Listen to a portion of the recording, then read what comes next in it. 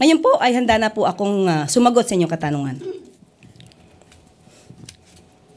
Ma'am, good morning po. Ma'am, may we just get your quick reaction sa recent pronouncement ni former spokesman Harry Roque na kahit gaano ka kagaling na salesman, kung hindi maganda ang produkto, mahihirapan kang ibenta. Good luck daw po sa inyo ni Secretary J. Ruiz.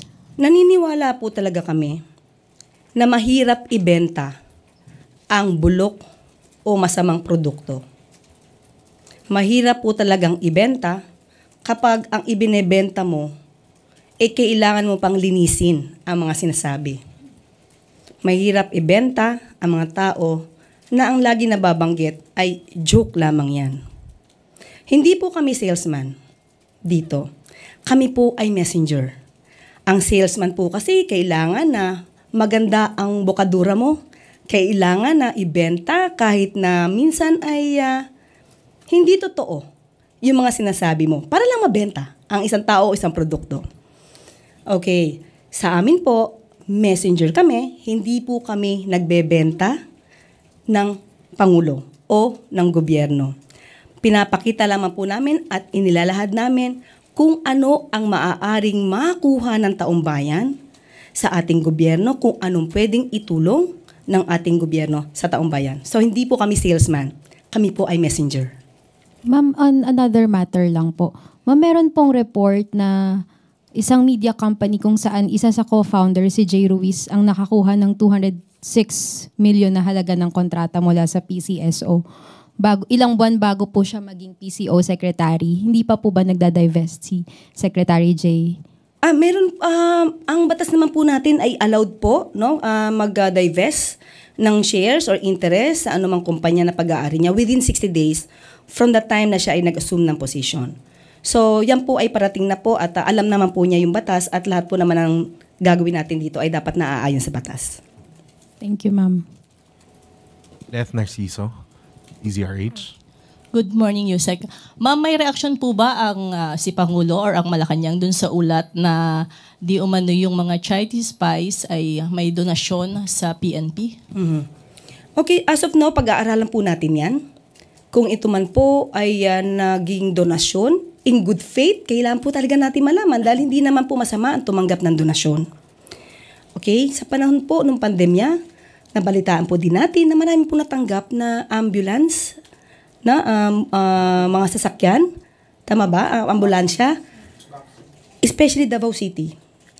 Parang marami na ibigay ang China sa Davao City sa panahon po ni Mayor Sara at the time. Wala pong masama kung tatanggap tayo ng donasyon if it is done in good faith. So kung ito naman po pala ay parang ibinigay, pero merong kakaibang dahilan for that, kailangan po nating imbestigahan yan at kung sino man po yung mga tumanggap ng mga opisyal ng LGU, dapat siguro po malaman natin para hindi na po maulit kung sila man ay nagagamit, kung hindi man nila alam na nagagamit sila. At may allegation din, ma'am, na yung mga Chinese daw na gumagawa ng illegal sa bansa, may mga padrino na o mga kumpare sa top brass ng PNP or Intel Group. Hindi po yan pababayaan ng Pangulo. Talaga po kapag kabugan yan ang balita at nakarating sa atin yan, kailangan po talagang imbestigahan yan. Hindi po to dapat palampasin. Ivan Mayrina, GMA7. Yusek, I understand you mentioned that Secretary Ruiz has 60 days to divest upon assumption to office. Clarify ko lang, has he already divested or is he still in the process of divesting? Sa pagkakaalam ko ay in the process na po kasi piniprepare niya po yung kanyang mga papers regarding that. Does the Secretary have a statement on, of course, allegations? No, not allegations, but those who are pointing out that there is clear conflict of interest in this situation. Yes, kung meron pong conflict of interest na ngayon na siya ay na-appoint as secretary ng PCO, talagang dapat matanggal po yung conflict of interest kaya kailangan niya pong mag-divest.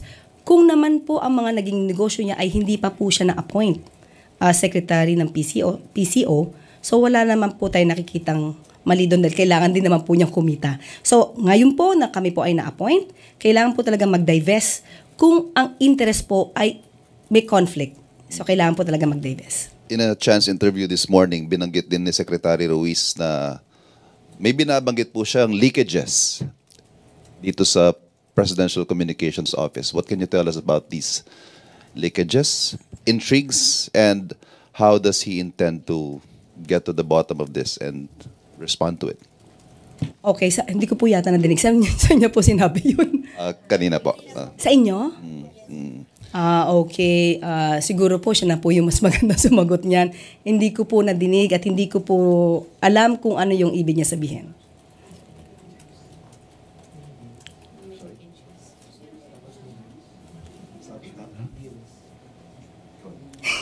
Alexis Rivero, Philippine Star.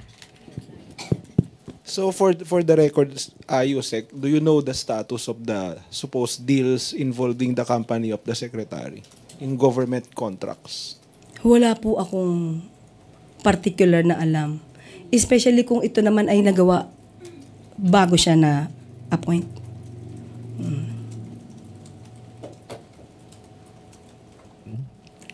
Eden Santos, Net25. Balik lang po ako dun sa heat index sa USEC.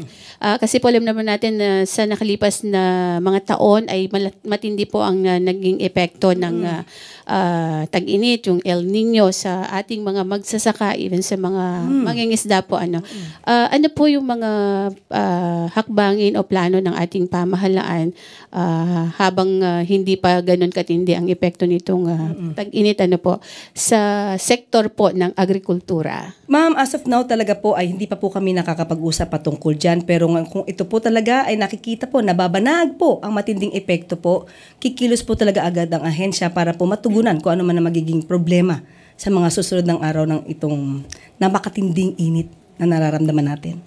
So far po wala pa talagang plano, program ang ating administrasyon. Opo, mag-i-start pa lang po kami kasi magkakaroon po kami ng meeting para po mas detalye. Most probably po, hindi pa lang po na ibababa sa amin kung ano po yung action plans ng DA, SWD, DepEd. Dahil nga kababalita pa lang po nito. So most probably nag-uusap na po sila at titignan ko po ang pinaka-status nito mamaya po pagkatapos ng press briefing natin. Okay, thank you po. Heidi Sambang, FEBC. Good morning po, Yusek. Kasunod lang po nung kaka-implement lang na increase po sa toll fee sa NLEX po, meron pong pangamba na mag-domino effect po ito sa mga presyo po ng mga produktong iniluluwas, lalong-lalo na po sa mga agricultural products. At ito po ay makakaapekto po sa ating mga mamimili. Meron po bang mga naiisip ng intervention po ang ating pamahalaan? Kapag ka po talaga nagtataas ang isang factor sa pagde-deliver or manufacture ng mga items, hindi po talaga maiiwasan na meron tong epekto sa produkto. Pero katulad po ng ginagawa natin, pati po ng DTI, at i-check po natin yung presyo at kung magtataas man po ay dapat lamang reasonable. Pero pag-aaralan pa po yan at para po hindi masyadong makabigat sa taong bayan kung meron man, magkakaroon po ng increase. Pero isa rin pong pinupunto ng grupo po ng mga truck owners and organizations na bakit daw po nag-i-increase hindi pa po sila satisfied sa service po sa NLEX. Okay. Titignan ko po kung bakit nagkaganon at be-verify ko rin po kung ano yung kanilang mga hinaing para po mapaabot natin to sa Pangulo at sa kinauukulang ahensya. Para po mas maganda po ang aming maging aksyon. Kasi dapat padinig po talaga namin kung ano yung mga hinaing pa ng ibang tao. Para mas maganda yung aming maging solusyon sa ganitong mga klaseng sentimiento. Okay, thank you. Thank you. Okay. I think we don't have... we have one last question from Jean Mangalus, Philstar. Hi, ma'am. I'd like to follow up on the earlier question about fake news. So, legislation and regulation can take some time, and it's actually quite tricky. So, what other measures can the government enact to strengthen the population's resistance to fake news? Sa amin po, since wala pa nagagawang batas, wala po tayong gagawin kundi talagang magsipag. At ipapaalam sa tao kung hanggat maaari bago po maniwala sa mga sinasabi, especially lalo na sa mga YouTube channel natin, sa Facebook. Mas maganda po sana encourage natin lahat na bago po maniwala, ay total kayo naman ay gumagamit ng internet, i-research nyo po muna. Mas maganda po na ang bawat napapakinggan nyo, i-research nyo through mainstream media. Kasi po pag sinabi po nating mainstream media, ito po ay verified. Ito po ay, kumbaga, talaga pong inaaral bago po ito mailabas sa publiko. So mas maganda po sana maniwala talaga. Okay, di ko po sinasabing huwag maniwala sa mga social media platforms na ginagamit po. Hindi po natin sinasabing ganyan. Pero kung sila may pagdududa, kung ang sinasabi ng isang influencer or vlogger, kung tama ba, mas maganda po na tignan din nila, i-verify nila sa mga nababalita na mula sa mainstream media. Ma'am, follow-up lang ko. Yung K-12 program, may media literacy program and may politics and governance program, but some people don't even know the basic functions of government agencies. So do you think that's a reflection on the effectivities of these types of education programs? Sa mga nangyayari po kasi, minsan ang mga nangyayari sa palipaligid, hindi po minsan concern ng iba. Di ba? May mga ordinaryong tao na hindi concern yung nangyayari sa paligid natin. Mas preferred nila na manood ng mga katatawanan. Even that will make them happy. That will make them smile. So itong mga nangyayari po sa paligid natin, siguro po talaga mas maganda makasama rin po ito sa mga pag-aaral ng mga estudyante para maging aware din po sila kung ano ba talaga yung parte ng history o parte na nangyayari sa atin sa current events. Will the PCO push for reforms in these programs since baka nga hindi masyadong effective? Mas maganda pong po yan, suggestion. Makakarating po yan at maganda po talaga, lalo sa mga kabataan natin na ma-involve sa mga nangyayari sa atin sa bansa. Thank you, Yusek Claire. Jean Mangalius, Philstar.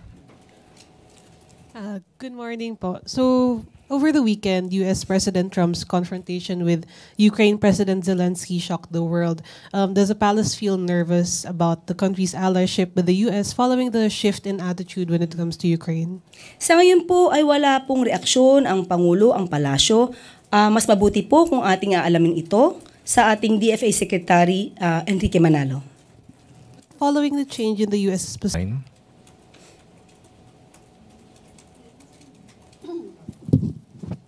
Clay Perdilla, PTV4. Good morning po, Yusek. Senate President Cheese Escudero refused to comment on your opinion how to fast-track Vice President Sara Duterte's impeachment trial. Ang sabi niya po, patawarin na lang natin siya bago pa excited pa. Okay. Your reaction po. Yes, opo, masayang-masaya pa po ako na nadinig natin dyan kahit hindi pa po tayo nagkakasala. At hindi ko pa po alam kung ano yung nagawa nating mali. Patatawarin niya na tayo. Maganda pong gesture po yan. At kung sinabi po niya, excited po ako, aminado po ako. Excited ako. Excited ako every second of my life.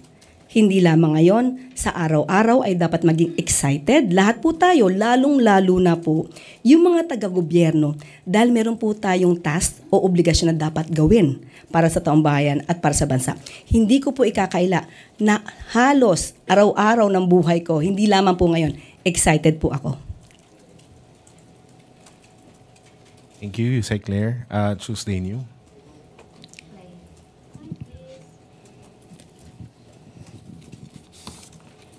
Good morning, Yusek Claire. Last week po iniharap po sa amin dito ni DILG Secretary John Vic Rimulya ang pambansang pulisya, especially yung anti-kidnapping group, si Colonel Elmer Ragay. Lumabas po nitong weekend from PNP na hindi naman daw po pala anti-kidnapping group ang nakapag-rescue doon sa 14-year-old na foreign national na bata, kundi ibang grupo. Hindi po kaya nabigyan ng fake news si Secretary Rimulya na siya naman niyang naibahagi din o nai-report kay Presidente. Dahil iba nga po yung lumalabas na balita ngayon. Eventually, parang ang may third party raw po na mayroong partisipasyon kaya po napalaya yung bata. Okay.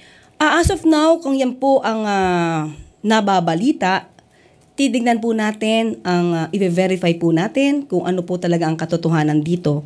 Kung ano man po ang katotohanan, manggagaling din po yan sa amin. I-confirm lang po natin kay Secretary John Vic Rimulya para po mas detalye ang ating pagsagot. Ano?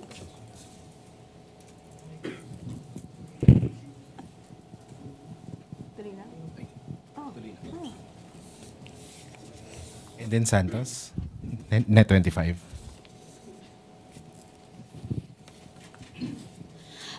Yusek, kanina po nabanggit ni Acting Secretary J. Ruiz na I'm here po. Ang layo na tingin ko. Na kailangan po pag-aaralan yung pagkakaroon ng regulatory body sa social media para maiwasan po malabanan yung mga fake news. Can you elaborate po regarding dun sa kanyang binanggit na medyo hindi po kasi masyadong kompleto kung paano po ang gagawin natin? Actually po, dapat makipag-ugnayan din po tayo, makipagtulungan po tayo sa mga mambabatas po natin, sa Kongreso. Kasi sila din naman po yung gagawa ng batas dito. Yung pong sinasabi natin na magkaroon ng regulatory body, sa palagay po namin ay napapanahon dahil tayo po sa mainstream media, tayo po ay sakop at nare-regulate po ng MTRCB. Kung tayo po ay miyembro ng KBP, meron pa rin po tayong KBP. So sa tingin po natin, sa ating palagay, ang pagkaroon ng regulatory body, separate na regulatory body for the social media, ay napapanahon din po para po maiwasan yung mga pang-aabuso. Hindi po natin pipigilan yung mga opinyon na naaayon naman po sa batas, kumbaga opinyon na lehitimo. Kung ito man ay kritisismo, yan po ay dapat lang na irespeto. Pero iba po kasi yung sinasabi natin na paninira ng walang basihan at kung ginagamit man po itong mga troll army sa paninira, ibang usapin po yun. Dahil kung meron man po troll army pero ang advokasya nila ay magpalabas at mag-share ng tamang balita, hindi po yun pipigilan. Ang pipigilan lang po natin ay maabuso dahil po kapag po naabuso ito, mayroon po itong effect sa taong maaaring siraan, maaari ang mga organisasyon, ahensya na maaaring siraan na walang basihan, malaki pong impact ito, lalo na kung paniniwalaan ng mga tao. So mas maganda po talaga na magkaroon, yun lang po ang aming suggestion, matuloy po sana at magkaroon talaga ng regulatory body. Para din po malaman natin ang bawat isa, kung content creator ito, vlogger, blogger, malaman din po natin yung identity at hindi sila nagtatago sa mga dummy accounts. Ganun po. Sa tingin niyo po yung ginagawang hearing ngayon ng Quadcom ba yun or Tri-Committee sa Kamara, tamang-tama para maipurso po itong pagkakaroon ng regulatory body kung sabi niyo nga kailangan dumaan sa paggawa ng batas? Opo, napapanahon po ito dahil hindi na po biro yung mga ginagawa po ng mga troll armies. Sabi nga po natin, kapag ka po kasi binabayaran lang ang mga tao para magsalita ng paninira ng walang basihan, hindi po yung freedom of expression. Kasi binubulungan lang sila ng taong nagpapasweldo o nagbabayad sa kanila. So kakaiba po yun sa tinatawag nating freedom of expression. Ma'am, ano lang po, since medyo baka matagalan pa po kung magkaroon ng batas, hintayin natin. Ano po yung mga immediate na mga plano ng PCO para malabanan ito? Meron na po ba tayong mga ebidensya, mga documented na magpapatotoong itong mga vloggers na itong particular na lumalabas sa document, talaga pong mga troll armies ito, mga fake news lamang yung kanilang ginagawa at sinasabi. Actually, syempre po, bago po tayo magbintang, alam naman natin, we have to presume them innocent until proven guilty. So, ang bawat isa po, kumbaga, i-verify muna po yan bago sa ating sabihin, ay, parte ka ng troll army. Kasi wala pa po tayong batas patungkol sa sinasabing troll army. Ito lang ay mere description kung paano yung kanilang ginagawa. So, pagka po na-verify, let's say po, tayo nagsasalita dito, at sandamakmak na po ang kumakalaban at nagpapakita at nagba-viral na mali. Mapapansin niyo po, kahit yung ibang mga organisasyon ay nagpa-fact check. So kung kakayanin po ng ibang mga pribadong ahensya or korporasyon na magkaroon at magsagawa ng fact-checking, ganun din po ang gagawin ng PCO. Pipilitin po nating maayos po yan at isagawa na maayos. So far po wala pa kayong na-verify na masabi na ito talaga ay nagpapakalat ng fake news, troll army po itong mga ito? Wala pa po in particular pero inaaral na po namin, kaya po yung mga ibang mga sinasabi nating fake news, ay atin pong sinasagot hanggat sa makakaya natin. So hindi naman din po kayo kabilang doon sa mga masasabing nagpapakalat din ng fake news since wala naman po palang mga verified batayan yung inyong mga sinasabi. Ganito po yan. Pag sinabi po nating fake news, alam niyo po na meron na kayong naging basihan. Fake news, alam na natin kasi may dokumento. Halimbawa, sinabi ko po, si Miss Pia ay dalaga. When in fact, there's a record na she's married. So, sinabi ko, dalaga yan. Is that fake news? Of course, kasi may batayan. So, bago naman po namin sabihin na fake news, dapat meron po kaming batayan. Thank you po. Thank you. Evelyn Quiroz, Filipino Mirror.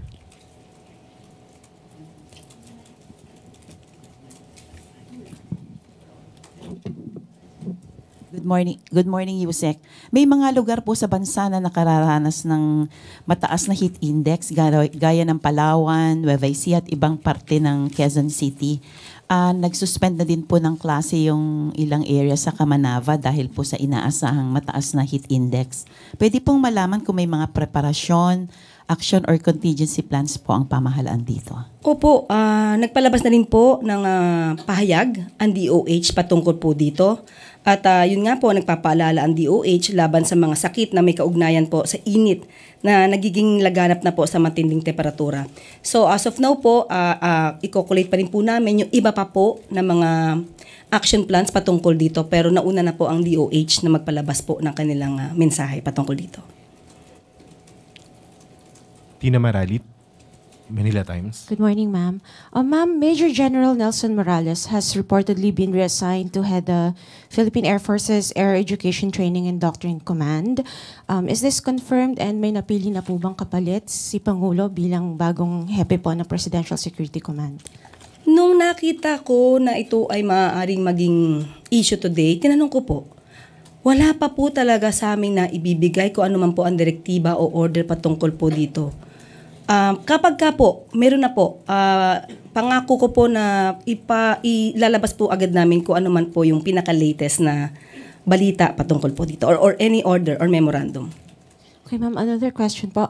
PNP Chief General Romel Marbil was reportedly summoned by the President this morning to talk about the crime incidents in the country, particularly kidnapping. Totoo po ba ito at kung may mga detalye po nung naging pag-uusap? As of now, hindi ko pa rin po nakakausap ang Pangulo kung sila'y nagkausap. Alamin ko pa po kasi medyo maaga pa rin po ngayon. So wala po akong latest pero most probably as day progresses, baka po meron na po tayong balita patungkol po dyan. Thank you, ma'am. Ace Romero, Philippine Star.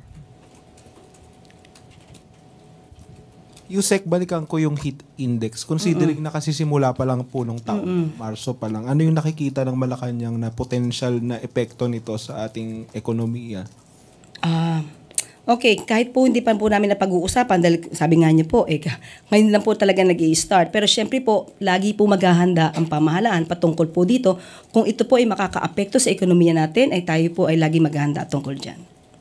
Pero meron na bang assessment kung gaano kaseryoso yung magiging epekto dito sa ating goals, targets? Opo, wala pa po wala pa po kaming report kung gaano ito makaka-apekto sa atin mula sa Pag-asa. Pero yun na nga po, extreme caution po ang sabi ng Pag-asa na dapat nating gawin. So siguro po after this, kapag po nagkaroon po kami ng meeting, kung ano po ang gagawin ng Pag-asa, DOH at ibang ahensya, ibabalita po agad namin sa inyo.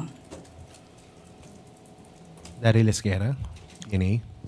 Good morning, ma'am. Ma'am, may we just get Malacanang sa reaction because there are claims or narratives being peddled on Chinese social media apps saying that Palawan is historically part of China.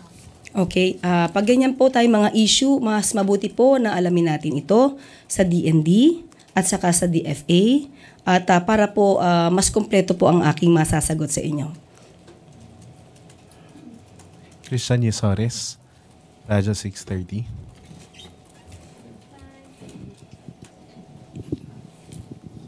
follow up lang po sa question ni Daryl. Pero ano po kayang posisyon ng palasyo dito sa parang panibagong claim na naman po ng China sa ating territory despite na meron ng decision yung International Court of Arbitration na nagsasabi nga po sa mga na kumikilala po sa ating mga teritoryo sa bansa?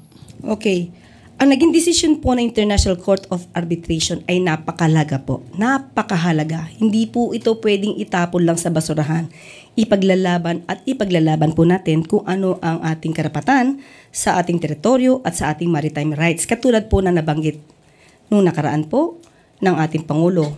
Kung ano man po ang kanyang demands sa China patungkol sa Typhoon missiles, ganun pa rin po ang ating stance. Magandang balita ang ibinahagi ng Department of Budget and Management. Dahil sa epektibong pamumuno ni Pangulong Marcos R. Jr., bumaba sa 5.7% o 1.5 trillion pesos ang budget deficit ng bansa nitong 2024. Pinakamababa ito mula noong taong 2020 at nagpakita ng mabuting pagtatrabaho ang economic team ng administrasyon. Umabot naman sa 16.72% ng GDP or 4.4 trillion pesos ang government revenues sa nakaraang taon. Alam niyo na po kung anong ibig sabihin ng budget deficit, pero doon sa mga kababayan natin na mas gustong maintindihan to, halimbawa, lalaman po, kapag ka po ang ating revenue, ang kinita ay halimbawa 100 pesos. Pero kung ang proyekto po ng pamahalaan o ng isang tao ay aabot lamang po sa 90 pesos, so makikita niyo po yung paggastos ay mas maliit kesa doon sa nakuhang income. So magkakaroon pa po yun ng savings. Kumbaga, hindi na po kakailanganin na umutang pa ang gobyerno kung bumababa po ang ating budget deficit. So yun lang po yung para sa mas maunawaan ng mga taong bayan kasi medyo technical yung word na budget deficit. Thank you. I think we don't have any more questions, Yusek. Thank you very much. Ayan. So dito po nagtatapos ang ating briefing. Maraming salamat, Malacanang Press Corps, at magandang tanghali para sa bagong Pilipinas.